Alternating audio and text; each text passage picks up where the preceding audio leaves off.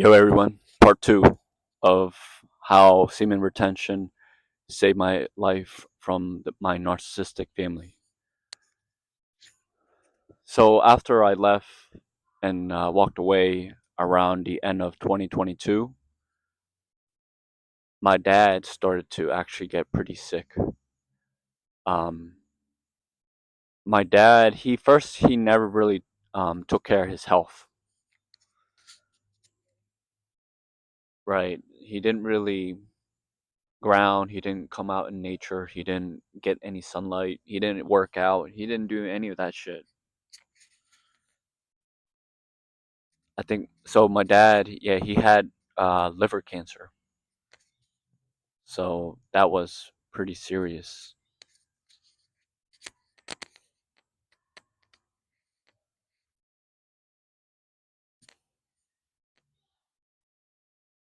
Physical physical problems happen first in the higher realm. That's what I truly believe. Like, my dad was the type of person that would like hold all his emotions in, and he would suppress it. My dad looked very strong outside, but he was actually very, very soft inside. See, most people could not see that. Most people only saw his charismatic mask. But I was the type of person that could really feel people. I'm a real empath. I could not only feel people, but I could see through people, and I could also like heal them because I'm pure. I'm really a pure person, and it's weird to say this. It sounds so strange to say this in a world that it's all fucking manufactured. Like the people with the most followers, they're like the most fakest. And the ones that are truly authentic, they're underrated. But you know what though? From what I observe, the world's gonna change into a way where people are gonna seek more truth, people are gonna seek more realness, authenticity. People are gonna wake up. So going back to my story, yes, my dad he got sick. Um, Almost immediately as I walked away from my family. And so it was basically my dad and my two brothers that were mostly spending most of his time with him. And then I separated myself, and that is really where I had my awakening, the end of 2022. Everything I once knew, all the beliefs and identity that I had and attached myself to, literally crumbled. It was a tower collapse moment. It was a death of my first self in this life. I had many death and rebirth along my path because I'm the type of person that when I'm really interested in something, I'll go 1000%. I'll go all in. So, for example, in 1 year of my spiritual journey, it was like 40 years. Like I would think about it nonstop, 24/7. Every breath, I would think about my spiritual growth and what really mattered. The death of myself really woke me up to who I really am. And look, when you have an ego death, it's almost like you have to be very brave. You have to have a lot of courage because you have to completely look at yourself in a honest and open way and was like, damn, I really fucked up. I made a lot of mistakes. I am at fault. I take responsibility. I take accountability. But you know what? I'm going to learn from this. I'm not going to continue this no more. I'm going to change. I'm going to set boundaries. I'm going to stand up for myself and I'm going to speak for myself. And I'm going to continue protecting the ones that are innocent. So you face yourself in the mirror, and the most beautiful way is you don't judge yourself. It's unconditional. You know that mistakes are just as good as achievement. They're part of the journey. It is needed, you know. So I went on my spiritual journey, and that's when I really also started to look at all my habits, everything I was addicted to, and me releasing all the time with my partner. That was that was too much, you know. This is what they won't tell you, and this is kind of like secret knowledge, but if you release too much with your partner, especially if it's too frequently, there's a high chance that you guys are going to eventually break up because you're losing masculine essence, something that her soul is attracted to. No matter how much she cares about you, but energetically speaking, it will actually start to drift away until you learn how to preserve it, until you learn how to ground it and master it, you know. Then deep down she really trusts you. She actually feel even safe with you. Even if she gets mad or confused in the 3D realm, but energetically and soulfully speaking, she will always be in love with you because you're in your masculine energy. So you're following universal law. Yo, this is the shit that they won't teach us in like relationship class or anything like this. You have to learn this through experience, through wisdom. Sorry, I got sidetracked. Um, yes, my dad, he got sick, but he would still hang out with my two brothers, and they had really bad habits. Like they would gamble, and it was just they didn't really ever had any real habits. Like they wouldn't go to the park, to nature, to work out. They would never do any of that. They really cared about their image, the outside.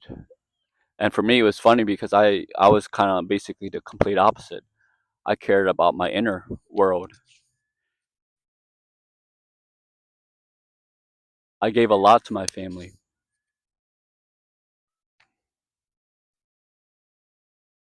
I gave my realness to them, and I gave my heart to them. And yes, I was betrayed multiple times.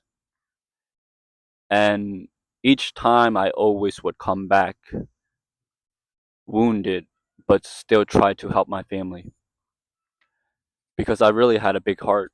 And I'm a like when people talk about empath, I'm like top tier, S S tier empath. You know, I'm a very deep person. I'm a Scorpio moon, just like Bruce Lee, and I think Bruce Lee's freaking cool, badass, and wise. But anyways, my dad passed away in February of this year, 2026. My dad passed away. Before his passing, within the last 3 years, was very difficult for me to visit my dad because once I realized my older brother sexually abused my younger sister, when I stood up for my sister, that's when my brother, the abuser, basically got everybody to side with him and go against me, to basically try to gang up on me and take me down. But I knew that what he did was so wrong to anyone, especially my sister, because she was pure. And he did it for 6 years from the age of 5 to 11. And yet my dad was so afraid of him that he stood up for him and he didn't stand up for my sister, the one that was truly innocent. And that really killed my dad. That emotional pain caused a lot of the physical problems. That's how powerful emotions are, and doing and standing up for the right thing, even if it means that it's going to break your ego, that you've been protecting the wrong person all along, caring what other people think, standing up for the one that was truly innocent would have made you really evolve in a sense. So I think my dad had a big learning lesson. And look, we all have a lot of lessons that we learn, but this was a big one for my dad, because so many times my dad and my mom would always protect this monster, you know, and he was very smart.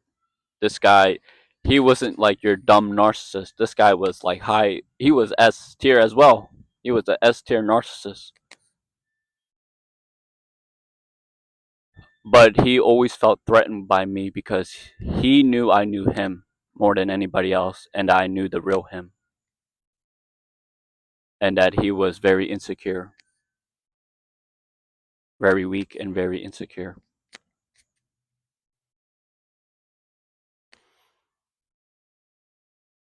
After my dad passed, both my brothers basically ganged up on me and had plans. They would spread rumors about me, and so when I went and my intuition is so sharp that I felt the calling not to basically go, because I felt like it was like somebody was going to get me, like somebody that was already planning bad intentions for me. But I love my dad. I deeply love my dad. I would say I was the only one that really loved my dad unconditionally. That's why I got hurt the most, because I would keep forgiving and keep trying to help him and keep trying to expose my brother to see him for who he really was. And my dad, he kept refusing. But I would never give up. I mean, I was that resilient, but I was forced to give up when I found out about my sister. And my sister's still healing. It's it's a very traumatic event. So yes, so when I went to the funeral, like I said, I already felt bad energy from people that I knew, my dad's friends. My brother got close to my dad's friend and started spreading rumors about me, and they believed it. They really believed it. So I felt like, imagine going to a place where you are the one that loves the person that's dead the most, but you're the one that is getting ganged up on in that building. And while everybody loved my dad, maybe conditionally or for business or for whatever, just to use him, I was the one that actually like really loved him. I bought my dad like a $12,000 bracelet, a gold bracelet, 24 karat, and my brother stole that. He stole that, and while my dad was sick with cancer on his deathbed, and then they also stole cars and money and whatever. And you know what? I'm not surprised. That's how much I knew them. That's how much I've been through. And it bothered me for about 2 months. But I knew something, my intuition, the whispers were telling me to focus on myself, and that when I really focus on myself, there will be more abundance than I could have ever imagined. And from somebody that has still the 3D perspective, they would be attached to the will and they would fight for it tooth and nails. But when you transcend the ego and you can see through the construct and you can really trust in the source of who you are, once you pierce through the 3D, you feel like it's already about to happen. It's a frequency shift. You literally quantum jump. Because of my family, because of the toxic family trauma and all the black curse, it led me to one of my greatest transformation. I'm a whole different person. They cannot stop me. I'm on a whole different level, to be honest. And I want to help inspire people that been through something very similar like me or other problems. Your traumas are portals, are opportunities to literally transform. The more trauma you have, the more powerful you become. You have to shift the way you see what happened to you. Instead of blaming, you reflect on what you learned, what you gained from it, and you learn to allow it to be and let it go so that you can really evolve from it. When you're when you're stuck in this negative loop of keep replaying, like how I was, what made me really fall down hard and stay down was the constant replaying of the bad events of all the trauma. Keep replaying, so I got stuck, stagnant, drowning. But you have the power to transmute and to alchemize the experience, the emotion, the pain. You can change it into something beautiful, something of a higher perspective. And that can turn into passion and fire, into something creative. Like when I found out that they stole money from the will and stole my dad's bracelet that I bought my dad for him, I turned all that anger and I pour it back into myself to become better, to write a book, which I am currently. I'm actually writing 2 books right now,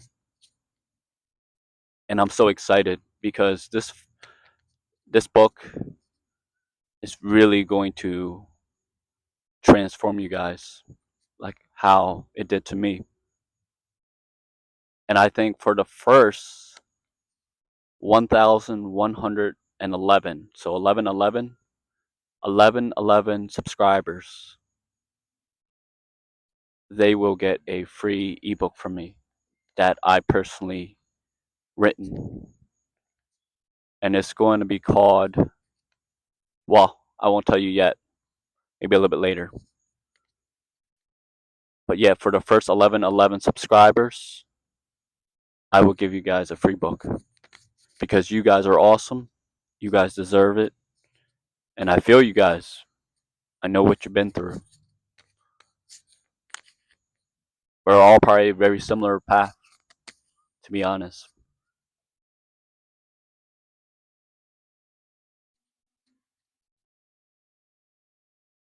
So all the trauma, I transmuted it back into myself. I pulled all my energy back from these narcissistic people, these enablers, these people that ganged up on me. When I spent time out in nature, I faced all my darkness, all my demons, all my habits, all my addiction. Anything that I could do better, I would do. Anything that I admit that I was wrong, I admit it. I allow it to be and I allow it to flow. You have, as a man, you have to be vulnerable to really let go of this anchor that's truly holding you back. Once you are vulnerable with yourself, you naturally will cry. You'll have a silent tear. And that's basically us holding onto all this weight. And when it's all released, then new energy can flow, new abundance can come into your life. You start to get better downloads. You get higher downloads, cosmic downloads. You'll know what to do, and you'll have the energy to do it on semen retention. The most important thing I can tell you guys is your energy is the most important thing in this world. Your energy is sacred and it belongs to you. Give it to those that know how to give it back, that are happy to give it back to you. So that way you feel charged, so that way you feel abundant. If you notice yourself always giving your energy, whether it's friends, your job, your blood relatives, if you find yourself giving all your energy and feeling drained, well, you should really reflect on that. Because if it's unconditional love, they would give it back. But if it's just you getting drained all the time, that means you're being used, like how I was by my family, until I learned how to break it. And when I learned how to break it, I realized who I was because I had time in separation so that I could feel my energy and feel who I am. When I was constantly helping all the time, staying near them all the time, doing favors for them all the time, I had no energy to even know who I was, what I wanted to do, what my purpose is, what I was good at, what my gifts are. But once I learned how to separate myself, to be alone and ground, when I pulled back all my energy, I knew exactly who I am. And that's the most important thing on this journey, is to know who you are first. So that way you can take on your purpose, fulfill your purpose.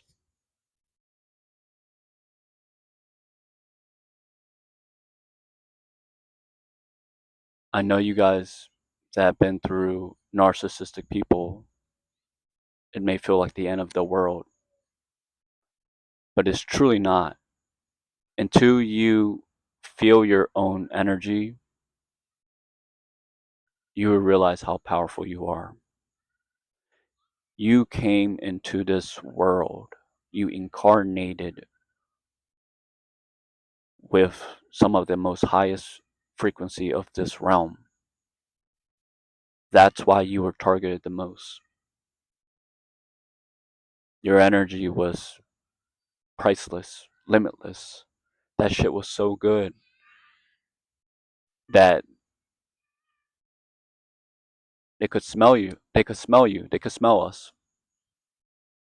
But when you learn to set boundary, it's like you're creating a shield, a bubble, and only you can pull down that bubble when you allow it to. So embrace your power, protect your energy, give your energy to the right people.